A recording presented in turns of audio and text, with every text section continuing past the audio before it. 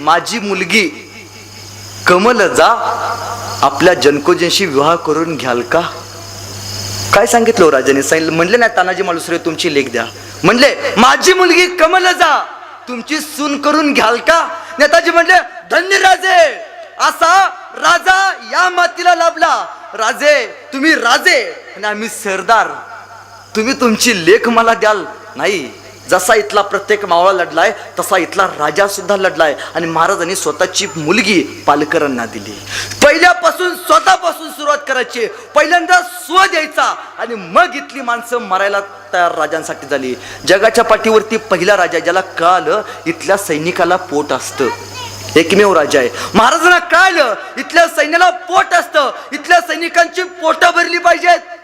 म्हणून महाराजांनी इथल्या सैनिकांचं पहिल्यांदा पोट भरलं. मग इथल्या सैनिकांचे पाठीचे कणे ताट झाले. मग इथली रयत लढायला चालू झाली. हे महाराजांनी पेरलेले विचार होते. अहो एक सरदार आला होता संकट घेऊन या स्वराज्यावरती. त्याचं नाव अफजल खान. काय नाव? किती सैनिक घेऊन आला? 40,000 घेऊन आला. किती घेऊन आला होता? त्यावेळी अफजल खान कुठल्या किल्ल्यावरती हो? कुठल्या किल्ल्यावरती आहे? अफजल खान आला त्यावेळी महाराज कुठल्या किल्ल्यावरती आहेत?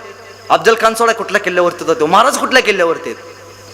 प्रतापगड. आपण लगेच म्हणतो प्रतापगड. नाही हो, आमची पोरं वाचत नाहीत. अफजल खान यायला निघाला त्यावेळी महाराज प्रतापगडावरती नाहीत, महाराज राजगडावरती आहेत. राजगडावरती काय करतात? महाराजांच्या प्रिय पत्नी सईबाई साहेब शेवटचा श्वास मोजतायत. सईबाई साहेब म्हणजे संभाजीराजांच्या मातोश्री. आणि अफजल खानाचं पत्र महाराजांच्या हातात आलं. तुम्हाला जिंदा या मुर्द्या बडी बेगम साहेबांनी पेश करायला सांगितले. आणि दुसऱ्या दिवशी सईबाई साहेबांचं निधन झालं. आपला संभाजी राजा म्हणतोय सईबाई साहेबांना, अगाई उठ, अफजल खान नावाचं संकट आलंय, अगाई उठ.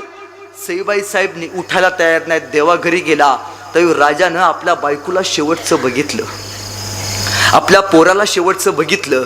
आणि आई विना पोरकं झालेलं आपलं पोरग बघून राजा घोड्यावरती बसला आणि राजा प्रतापगडावरती गेला. का हो? संकट आले अफजल खान नावाचं. या माणसानं स्वतःचा संसार नाही केला तर या राजानं स्वराज्याचा संसार केलाय. म्हणून ताईनो तुमचा आणि माझा संसार फुललाय. याचं कारण फक्त छत्रपती शिवाजी महाराज आहेत. राजा प्रतापगडावरती गेले आणि पत्र वाचलं. पत्रात दिलं होतं जिंदा या मुर्दा. महाराजांनी लगेच पत्र नाही पाठवलं, ये तुला कोरेगावच्या चौकात धावतो. प्रचंड संयम महाराजांनी त्यावेळी अनुभवला. आणि महाराजांनी पत्र पाठवलं. अफजल खान साहेबा. काय म्हणतात पत्रात महाराज? अफजल खान साहेबा, आम्हाला तुमची भीती वाटते. कृपा करून तुम्ही आम्हाला भेटायला प्रतापगडावरती याल.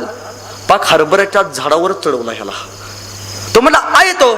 त्याला वाटलं महाराज भेले. आणि तो 40,000चं सैनिक घेऊन प्रतापगडाकडे यायला निघाला. त्यावेळी महाराजांकडे सैनिक आहे फक्त गडावरती 20,000. गनिमे कावा गोरीला युद्धतंत्र महाराजांचं इथं चालू झालं. महाराजांनी प्रतापगडावरच्या, तुमच्यापासून जवळ आहे गड, काय फार लांब नाहीये प्रतापगड. तर प्रतापगडाच्या आजूबाजूच्या सगळ्या वाटा महाराजांनी बंद केल्या. एकच वाट चालू ठेवली. त्या वाटेचं नाव रणतोंडीचा घाट. रणतोंडी नावातच रणतोंडी. तोंड रडतच जातोय तिथनं. एवढी भयानक वाट. आलं 40,000 सैनिक घेऊन प्रतापगडाच्या दिशेने यायला लागलं. महाराजांनी दुसरा डाव टाकला. अफजल खानाचा हत्ती महाराजांनी विष देऊन मारला.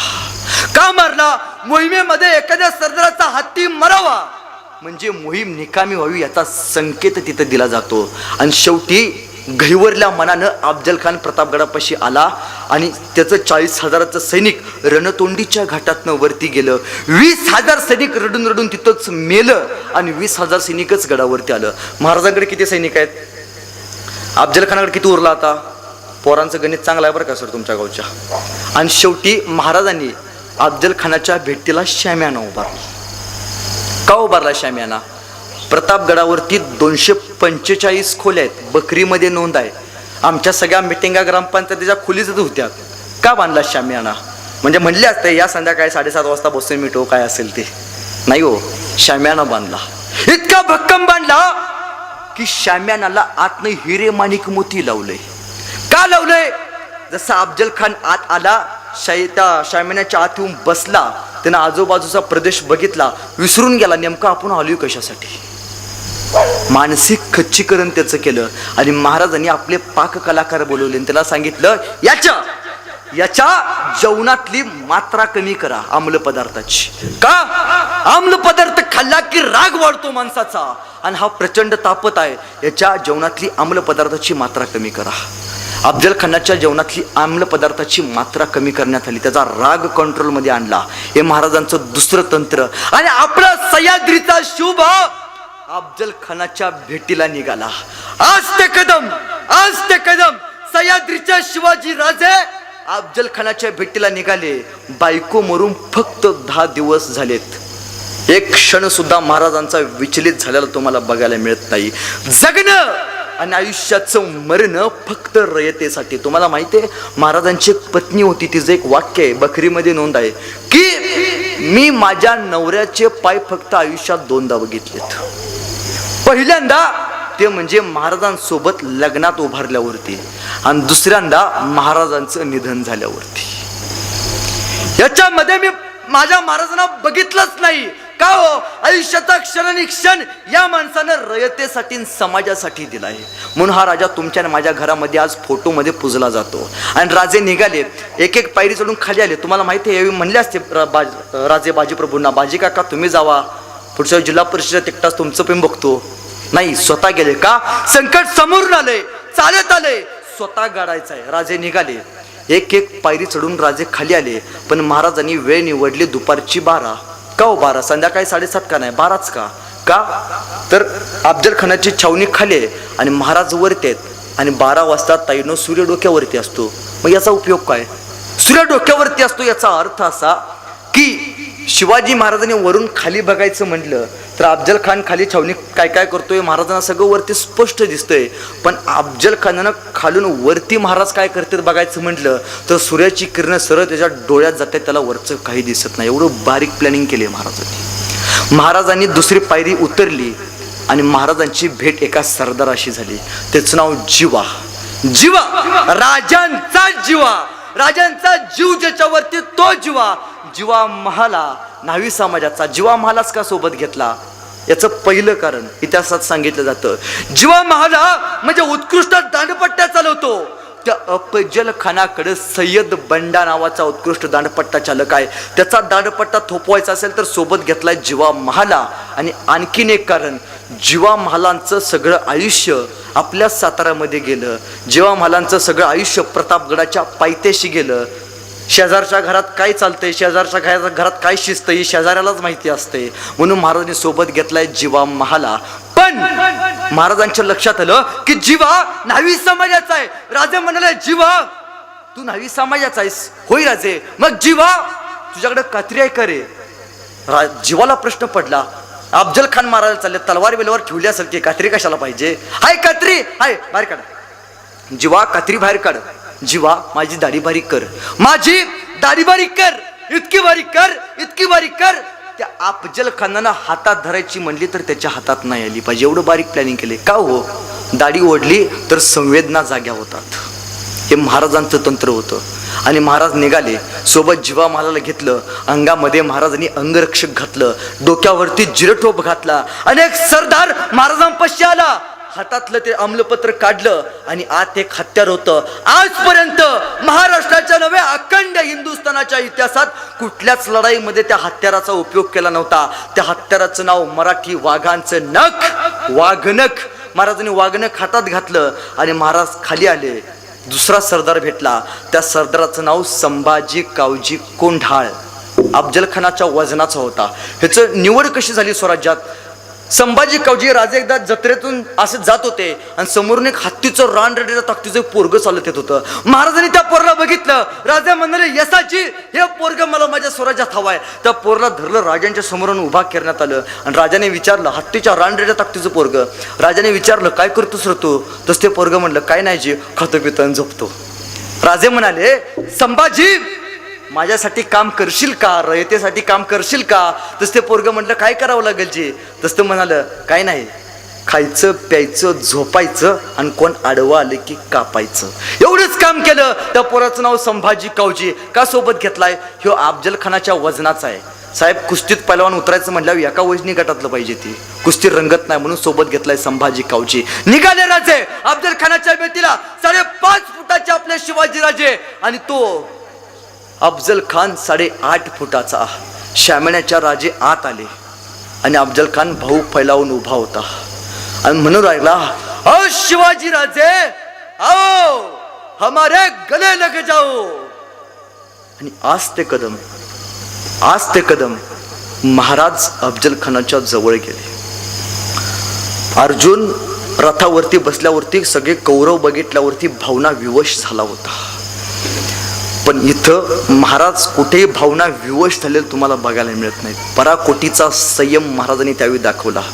जवळ गेले आणि अफजल खानानं महाराजांना आलिंगन दिलं.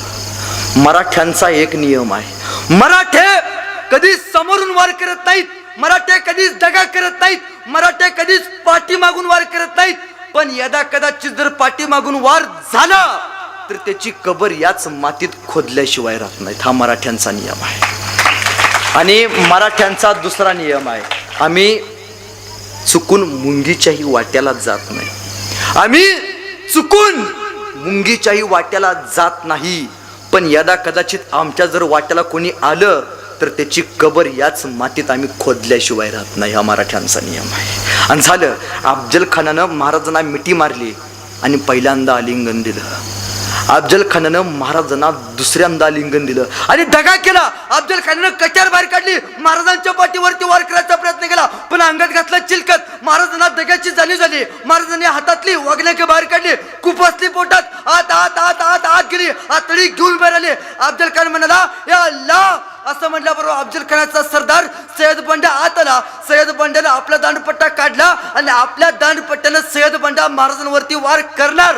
तोपर्यंत राजांचा जिवा तो आत आला. जिवानं आपला दांडपट्टा काढला आणि आपल्या दांडपट्ट्यानं सय्यद बंडाचा दांडपट्टा जिवा मालानी खाली पाडला आणि इतिहास फुटला. होते जिवाजी म्हणून वाचले शिवाजी.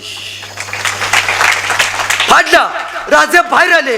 कृष्णाजी भास्करनं वार केला. महाराजांनी कृष्णाजी भास्करला खाली पडला आणि महाराज बाहेर आल्यावरती महाराजांनी सरदार मोजायला चालू केले.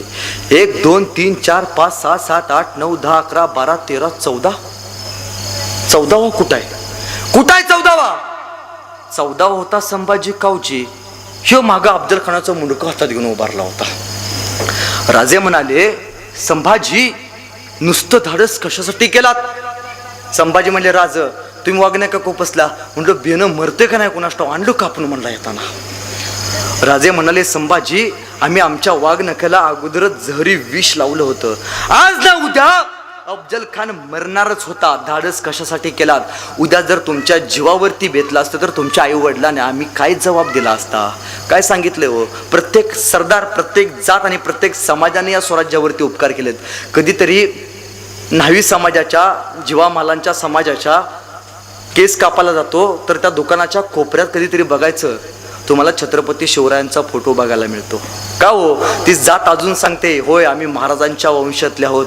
प्रत्येक समाज आणि प्रत्येक धर्म जात महाराजांना स्वतःचा माणूस मानते. का? जगणं तसं आहे हो. आणि महाराज बाहेर आले, आजूबाजूचा प्रदेश निहाळला. आता म्हणले नाहीत महाराज, कधी प्रश्न पडतो का तुम्हाला इतिहासामध्ये? आता पडतो का नाही कोणास ठाऊक.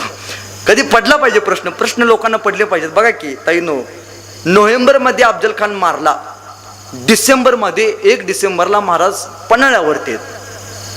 महाराज म्हणले असते तानाजी मालुसरेंना, आत्ता अफजल खान मारला, एवढं टेन्शन आले, जवळच महाबळेश्वर आहे, 2 दिवसाची ट्रिप करून येऊ तेवढीच.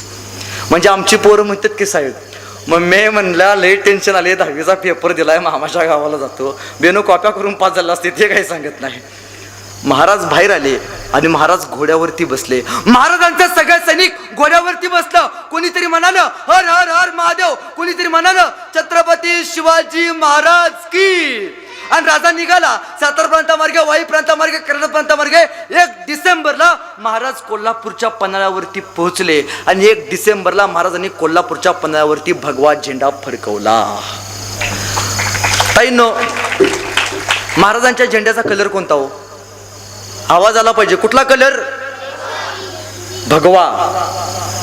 आपण अष्टगंध लावतो, त्याचा कलर कोणता? भगवा. महाराजांना आपण चंद्रकूर लावतो, त्याचा कलर कोणता? आपण म्हणतो आमचं रक्त भगवा आहे, महाराजांचं रक्त भगवा आहे. भगवा म्हणजे काय हो? काय म्हणतो आपण? आमचा भगवा आहे म्हणतो, अभिमान वाटतो आपल्याला. भगवा म्हणजे काय? कधी विचार केला भगवा म्हणजे काय?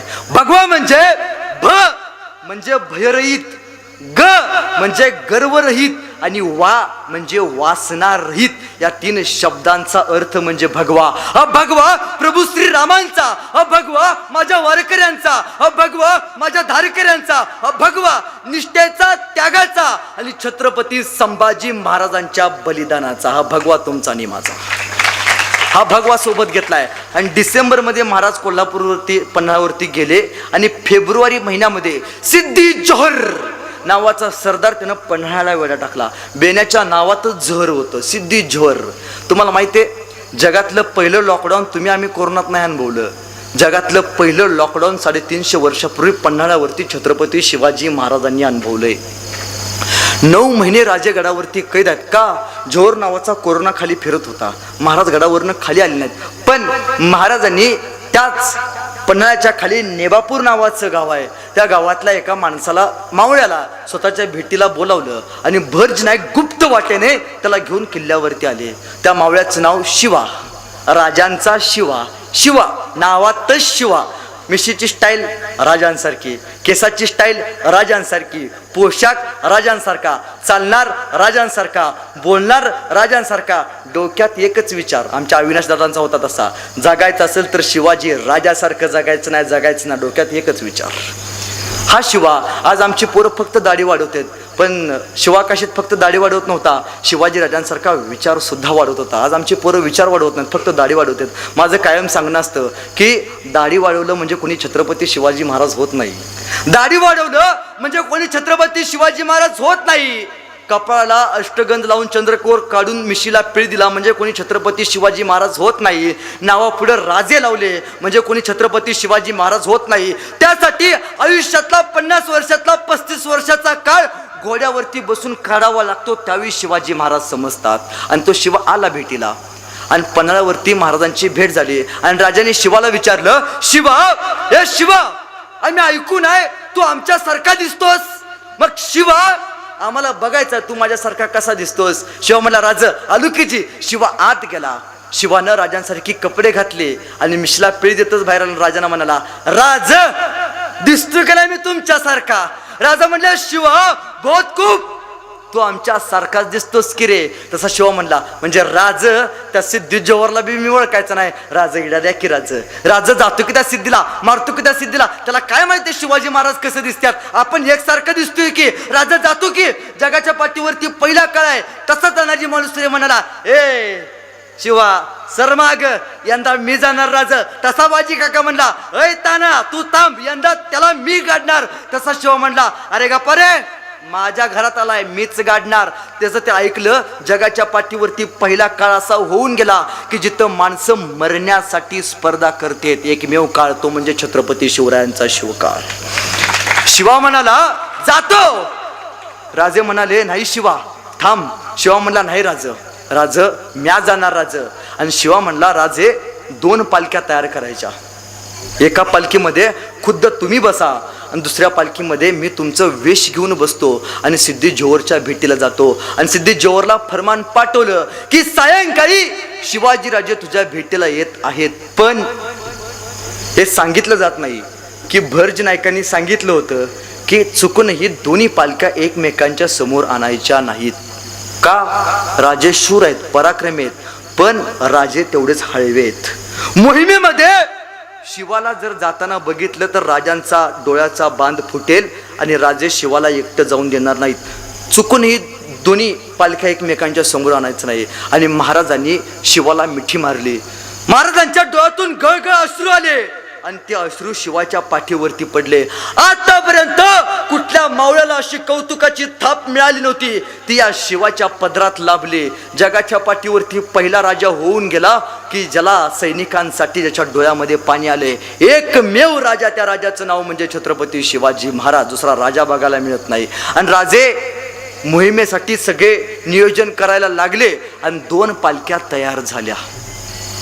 एका पालखीत खुद्द महाराज बसले आणि दुसऱ्या पालखीत शिवा काशीदांना बसवण्यात आलं शिवरायांचं वेश घेऊन. पण दुर्दैवानं दोन्ही पालख्या एकमेकांच्या समोर आल्या आणि राजे म्हणाले, शिवा, हे शिवा, अरे चल सोबत. दोघं लढू रे, चल. शिवा म्हणला नाही राज, तुम्ही बिनगोर जावा राज, या रयतेला माझ्यापेक्षा तुमची गरज अधिक आहे राज, तुम्ही जावा. तसा शिवा म्हणाला, राज तुमचे कापड जावा अंगावरती घातली का नाही, तवाच येऊ शिवा मी आला बर का राज, आता उरलाय फक्त येऊ शिवाजी राजाचा देह आहे बर का राज, शिवा मेला बर का राज. सांगा शिवा गेला, पण जाताना शिवाजी राजांचं नाव इतिहासात कोरून गेला, सांगा राज. आणि शिवा जायला निघाला. जाताना पालखी शिवाजी राजांकडे बघत होती आणि शिवानं शिवरायांना शेवटचं बघून घेतलं. सह्याद्री सारखा राजा शिवाच्या डोळ्यात मावत नव्हता. अरे पंढरपूरला गेल्यावरती विठ्ठलाला जसा भक्त भेटतो रे, आणि येताना त्याचा पाय निघत नाही तसा शिवाचा पाय निघत नव्हता. पांडुरंगाला आपल्या शेवटचं डोळं भरून शिवानं बघितलं होतं आणि आपला पांडुरंगा समान असणारा शिवबाला डोळ्यात साचवून निजड्या छातीनं शिवा सिद्धी जोहरच्या भेटीला खाली गेला. पालखीतनं शिवा खाली उतरला. सिद्धी जवळ आला. सिद्धीनं शिवाचा हात धरला आणि शामेनात घेऊन गेला आणि खलबत चालू झाली. त्यावेळी त्याचे सगळे सरदार समोर उभारले होते आणि त्या सगळ्या सरदारातले 2 सरदार त्या सिद्धी जोहरकडं आणि त्या शिवाकडे सारखे बघत होते. त्यातला तो सरदार उठला, म्हणला, हुजूर ये सिवा नहीं हो सकता. तस तो म्हणला, क्या बघते हो, कैसे सिवा नहीं हो सकता. तसं म्हटला, हुजूर. तो होता अफजल खानाचा मुलगा फाजल खान. तो म्हटला, हुजूर मैं मेरे अब्बाजान के साथ म्हणजे अफजल खाना बरोबर ह्याला भेटायला गेलो होतो. त्यावेळी मैंने बघितले की कृष्णाजी भास्कर ने इसके सिर पर एक वार किया था, उस वार का घाव अभी है का नहीं देखो. तसा उठला सिद्धी, म्हणला, सच बताओ, सच बता, बेमौत मारा जाएगा तू ये शिवा. तसं म्हटलं, अरे होय मीचा शिवाजी महाराज. अरे सच बता, बेमौत मारा जाएगा. अरे होय मीचा शिवाजी महाराज. त्यानं लकलकीनं तलवार बाहेर काढली, सप्प करण्यात आली. शिवाचा जिरटोप खाली पडला, खून जाणवली नाही. परत म्हणाला, सच बता, बेमौत मारा जाएगा तू ये शिवा. शिवा कशात म्हणाला, अरे होय मीचा शिवाजी महाराज. अरे जन्माला जरी शिवा काशीद म्हणून आलो असलो तरी मरताना छत्रपती शिवाजी महाराज म्हणून मरतोय. हे भाग्य काय कमी आहे काय. हे जसं ऐकलं तसं त्यानं लकलकीनं तलवार बाहेर काढली, सप्प करण्यात चालवली. शिवाची गर्दन खाली पडली. शिवाच्या तोंडून एक वाफ निघाली आणि वाफेबरोबर माती आकाशात उंच उडाली आणि उडणाऱ्या मातीला माझा शिवा सांगत गेला, सांगा माझ्या राजाला, तुमचा शिवा मातीत नाही मेला तर तुमचा शिवा मातीसाठी मेला. अरे मातीत मरणारे कैक असतात, पण मातीसाठी मरणारे फक्त छत्रपती शिवरायांचे मावळे असतात, हे सांगत गेला. शिवा काशीद नावाचा अध्याय तिथं संपला.